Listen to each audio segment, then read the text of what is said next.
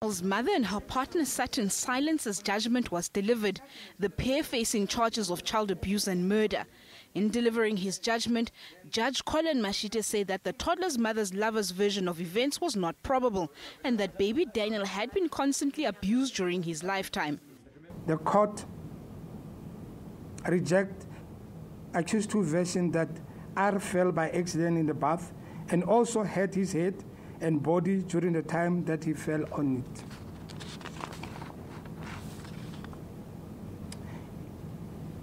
In the circumstances, the inference that the court draws is that the evidence points out that R was abused during his lifetime.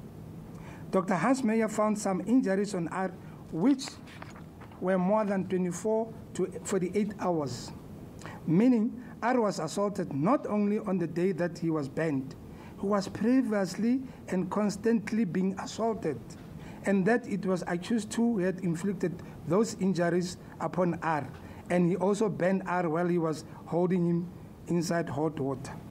Mashite also said that Daniel's mother failed to protect her child and that her fear of her lover and silence had killed the toddler.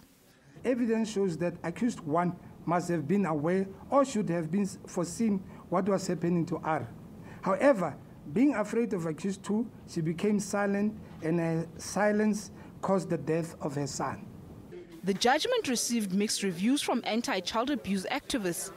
Look at pattern, duration and severity, and the message that needs to be sent is very early on when children are getting hurt, people need to stand up, because as much as it takes a village to raise a child, it also takes a village to kill a child, because we've heard ongoing evidence about how many people were involved, social workers went to visit, etc., and still this child ended up dead.